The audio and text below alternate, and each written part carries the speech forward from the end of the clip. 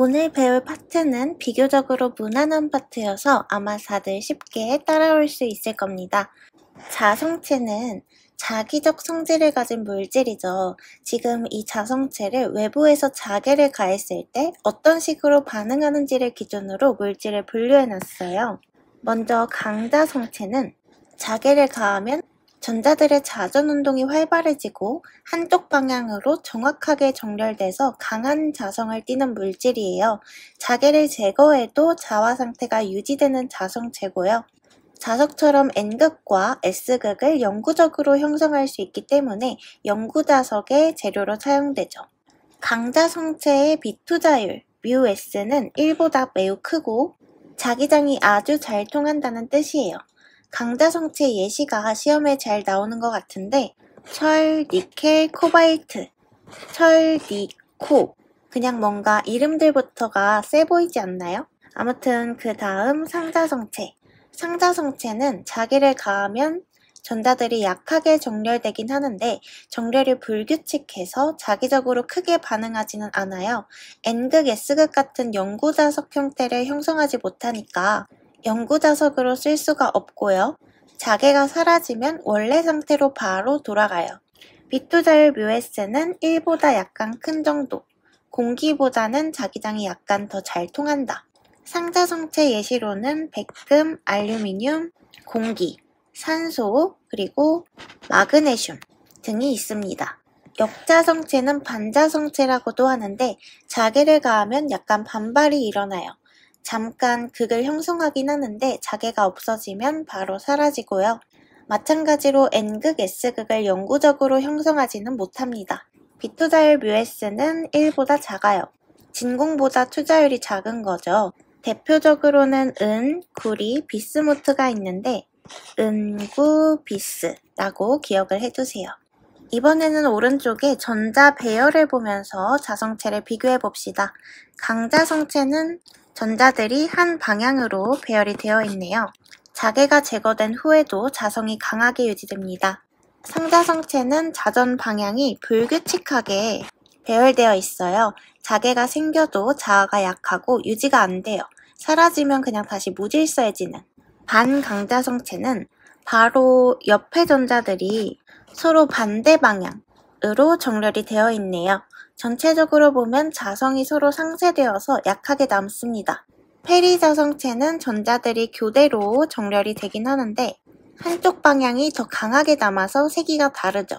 전체적으로 약한 자성을 띠기는 하지만 상쇄되지 않고 일정한 자성이 남아서 자석재료로 사용 가능하긴 합니다. 그리고 영구자석을 만드는 데 필요한 단위 최적당 에너지 공식이 나와 있는데 우리가 강자성체를 영구자석으로 만들기 위해서는 그 내부에 자괴를 걸어줘야 하죠. 그래서 단위 최적당 에너지는 1m 세제곱의 강자성체를 자석으로 만드는 데 필요한 에너지를 의미해요. 2분의 1 BH를 암기를 해줘야 하고 자석밀도 B는 뮤제로 H인 거 이제 다들 아시죠? 그래서 이거를 대입을 하면 2분의 1 뮤제로 H 제곱이 되고 여기서 뮤제로는 진공의 투자율, H는 자괴의 색이죠. 그리고 이 식은 2뮤 제로분의 B제곱과 같습니다. 그리고 자석에서 발생하는 흡인력, 영구자석의 양끝, N극과 S극에는 서로 끌어당기는 힘, 흡인력이 작용을 하는데 여기서 F는 단위 면적당 흡인력이고 공식이 방금 본 자괴 에너지랑 똑같아요. 단위만 바뀌었는데 아까는 에너지 1의 단위였다면 지금은 뉴턴 퍼 제곱미터니까 이 미터 제곱이 면적이잖아요. 그러면 면적분의 힘이니까 압력과 같은 단위인 거죠. 우리가 이런 2분의 1 들어간 공식들을 많이 배웠었는데 한번 같이 생각을 해보면 물체를 이동시키는데 필요한 에너지 W는 QV였죠.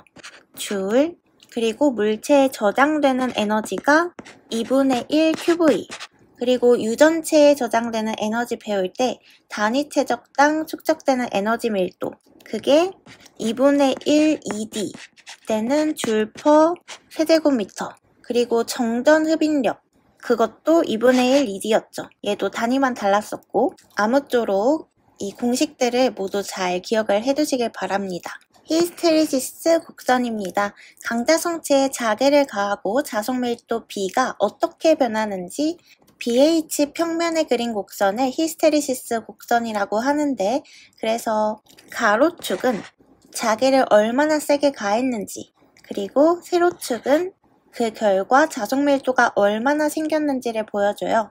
이 횡축과 종축이 뭘 나타내는지 잘 알아야 하고, 다시 정리를 하면 히스테리시스 곡선의 가로축은 자개의 세기, 세로축은 자석 밀도로 해서 B는 뮤 H 관계를 그린 거고, 히스테리시스 곡선의 기울기는 그러면 뮤는 H분의 B, 투자율을 의미하겠죠.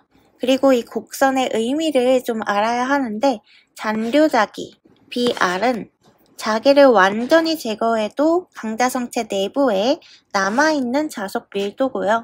외부에서 자개를 없애도 자석의 성질을 유지합니다. 그래프가 세로축과 만나는 이 점입니다. 보자력 HC는 이 잔류자기를 0으로 없애기 위해서 필요한 역방향 자개의 세기이고, 가로축과 만나는 점, 그래서 자성을 없애려면 이만큼은 역방향 자개를 걸어야 한다. 그리고 이 루프가 중요한데, 자개를 증가시키거나 감소시킬 때 자석 밀도가 바로 따라오지 않고 과거의 이력이 남아서 경로가 달라지면서 이 루프, 곡선의 면적이 형성이 되는데, 이 곡선 안의 넓이가 바로 히스테리시스 손실이에요. 이 에너지는 주로 열로 방출됩니다. 히스테리시스 곡선 면적이 크면 클수록 히스테리시스 손실이 큰 거예요. 그리고 공식을 보면 주파수가 높거나 최대 자석 밀도가 클수록 손실이 커지는 거를 알 수 있는데요. 이 곡선의 면적이 히스테리시스 손실을 의미한다는 거를 꼭 기억을 해두세요.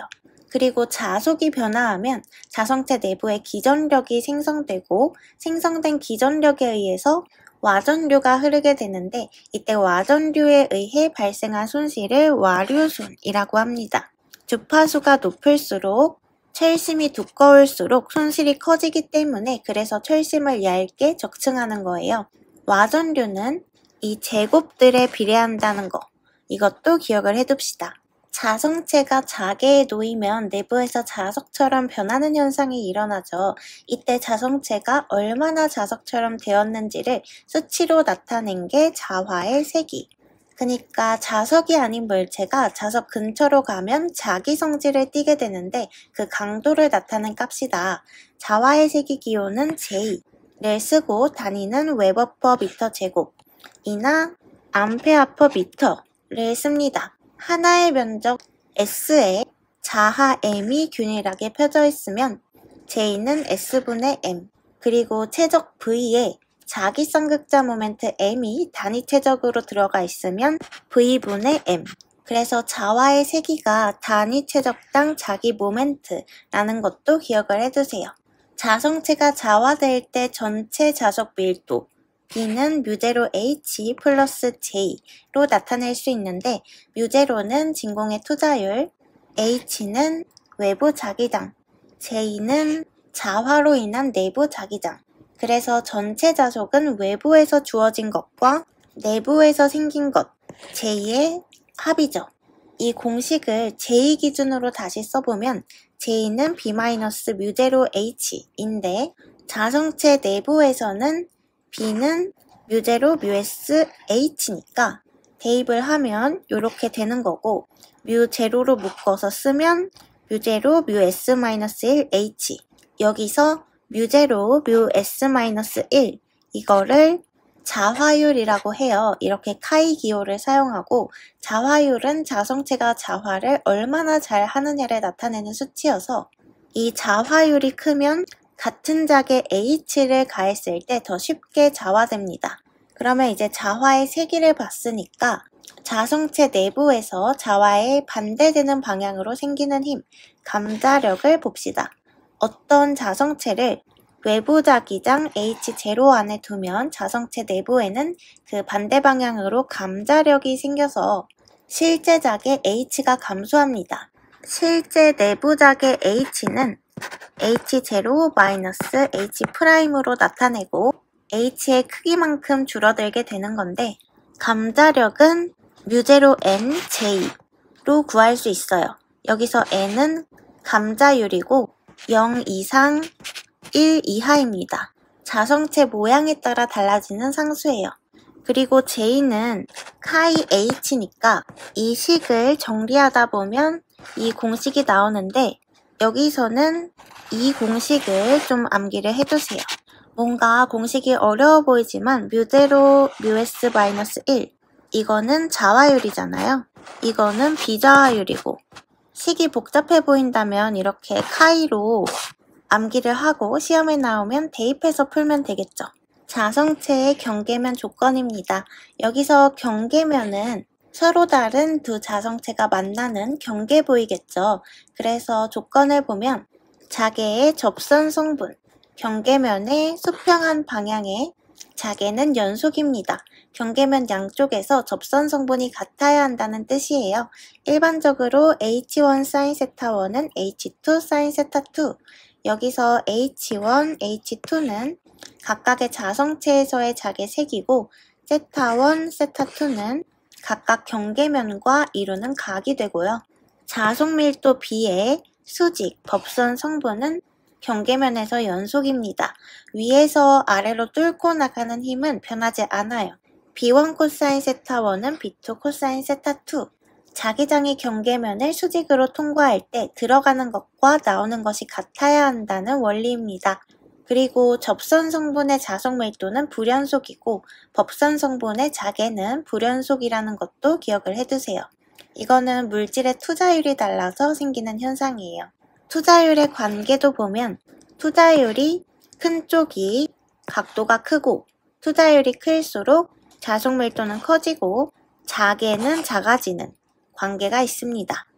그리고 이거는 문제에서 투자율이 다른 두 자성체 경계면에서 굴절각과 입사각 관계를 물어볼 때가 있는데 방금 봤던 이 두 식을 나눠보면 자속밀도 B가 μH니까 결국에 이렇게 나오거든요. 그래서 이것도 알아두시면 좋을 것 같아요. 그 다음에 자기회로는 자기력이 철심 내부를 따라 순환하는 경로를 말하는데 대표적으로 환상철심에 코일이 감겨있는 구조예요.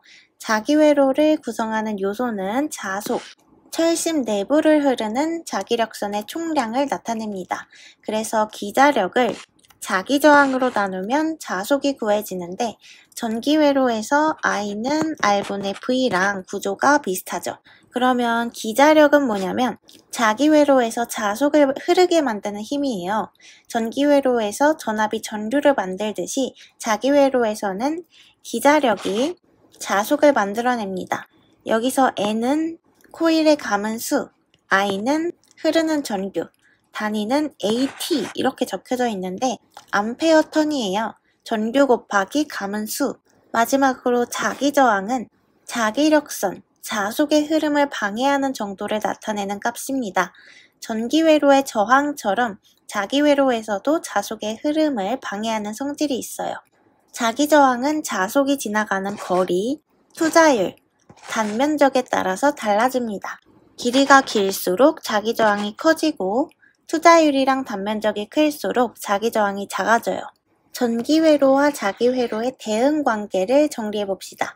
전기회로는 이제 다들 익숙하시잖아요. 전류가 도선을 따라 흐르는 회로인 거고 자기회로는 자속이 자성체를 따라 흐르는 경로인 거고 전기회로에서는 기전력 E가 전류를 만들고 자기회로에서는 기자력 F가 자속을 만들어냅니다. 기자력 F는 NI, 아까 봤죠? 그리고 전기회로의 전류 I와 같은 역할을 하는 게 자기회로의 자속. 그 다음 전기회로에서는 도선이 가늘거나 길수록 전기저항이 커지고 자기회로에서도 철심이 얇거나 길수록 자기저항이 커져요. 그리고 도전율과 투자율은 매질 성질이죠. 이때 투자율이 클수록 자속이 잘 흐르고 저항이 작아집니다. 합성 자기저항 봅시다. 합성 자기저항은 여러 자기저항을 하나로 합친 값이겠죠. 자기회로 저항도 전기회로랑 똑같이 생각을 하면 돼요. 그래서 직렬 연결을 하면 그냥 쭉 더하면 되는 거고, 병렬 연결은 자기 저항이 여러 갈래로 나눠지고 자속도 각 갈래로 나눠서 흐르는 구조겠죠. 자속이 나누기 때문에 이때는 역수합 공식을 사용을 해가지고 계산을 하면 분모는 플러스, 분자는 곱하기, 그리고 공극이 없는 경우와 있는 경우에 자기 저항 B가 나와 있는데 가끔 이 식을 물어보는 문제가 출제되니까 이것도 한번 봐두세요. 패러데이 법칙은 코일에 전류가 흐르면 암페어 법칙에 의해서 자기장이 생성되고 이 자기장이 시간이 지남에 따라서 변하면 자속의 변화에 의해서 유기기전력이 발생한다는 법칙이죠. 자속이 시간에 따라 변할 때마다 코일에는 기전력이 유도된다는 법칙입니다. 공식을 보면 자속이 파이, 시간 변화를 dt분의 d파이 이렇게 할 때 E는 마이너스 n dt분의 d파이. 패러데이 법칙이 유도기전력의 크기를 결정하는 식이면 렌츠의 법칙은 유도기전력의 방향을 결정하는 식인데 이 기전력의 법칙은 뭐냐면 유도된 기전력의 방향은 항상 자속의 변화를 방해하는 방향으로 작용합니다. 그래서 유도전류는 변화시키는 원인과 반대 방향으로 흐르는데 여기서 마이너스 부호는 변화에 반대되는 방향인 것을 의미하고요. 사실 이 식을 보면 세 가지 법칙을 알 수가 있어요. 이 마이너스는 렌츠의 법칙인 거고 n은 노이만, 이 dt분의 d파이는 패러데이, 자속의 변화량이니까. 그래서 전자유도에 의해서 유기되는 유기기전력은 이런 법칙들을 적용해서 크기와 방향을 동시에 표현하면 이렇게 된다. 그리고 자기 인덕턴스 L, 상호 인덕턴스 M 각각의 회로에도 모두 적용이 됩니다. 그리고 이 식보다는 유기기전력의 최대값 공식을 암기해뒀으면 좋겠는데 오메가 n 파이의 최대값 맥스, 여기서 오메가는 2파이 f 각주파수죠. n은 코일의 감은 수고 자속 밀도가 단위 면적당 자속수니까 자속 파이는 자속 밀도랑 면적을 곱한 값이겠죠. 그래서 오메가 nbs 결국에는 f, n, b 뭐 다 커질수록 기전력이 커집니다. 플레밍의 오른손 법칙 볼게요. 도체를 자속 밀도 B가 존재하는 공간에 놓고 길이 L인 도체에 힘을 가해서 속도 V로 이동을 시키면 도체 내부에 유기기전력 E가 발생하겠죠. 이때 플레밍의 오른손을 사용하면 전압의 방향을 직관적으로 찾을 수가 있는데 엄지는 도체의 운동 방향, 검지는 자개의 방향, 중지는 유기기전력의 방향을 나타내요.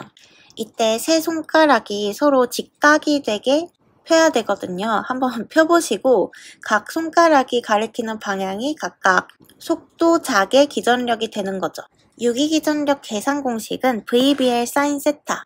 여기서 V는 속도, B는 자속 밀도, L은 도체 길이, 세타는 자속과 도체 이동 방향을 이루는 각도. 그래서 세타는 90도일 때 사인 세타는 1이니까 기전력이 가장 많이 발생하겠죠. 도선이 자속 방향과 나란히 움직이면 기전력은 빵이에요. 자속을 가로질러야 유도 기전력이 생깁니다. 뭔가 이 공식은 VBL 사인 세타, VBL 입에 착착 달라붙어서 금방 외웠던 기억이 있어요. 저만 그런 건지는 모르겠네요. 퓨피 효과는 전력공학에서도 했었죠. 그때 제가 이 투자율 뮤는 U랑 비슷하게 생겼고 파이는 저희 한글 U랑 비슷하니까 제가 주파수 F, U, K, U 해서 퍽 U라고 암기하라고 했었어요. 그래서 퓨피 두께 델타는 루트 퍽 큐분의 1 해서 암기를 잘 하시면 되고 이제 오늘 강의 마지막인데 자석 N극에서 나오는 자속 밀도가 일정하게 위쪽으로 향하고 있고 반지름 A인 금속 원판이 각속도 오메가로 회전을 하고 있다고 합시다. 원판이 움직이면 내부에서 로렌츠 힘이 작용을 해서 전자들이 원판 반지름 방향으로 밀리게 되는데 그 결과로 회전 속도에 비례한 전압이 생겨요. 그래서 원판 회전 시 유기기전력 공식을 암기를 해줘야 되는데 여기서 오메가는 각속도고 B는 자속 밀도, A는 원판 반지름입니다.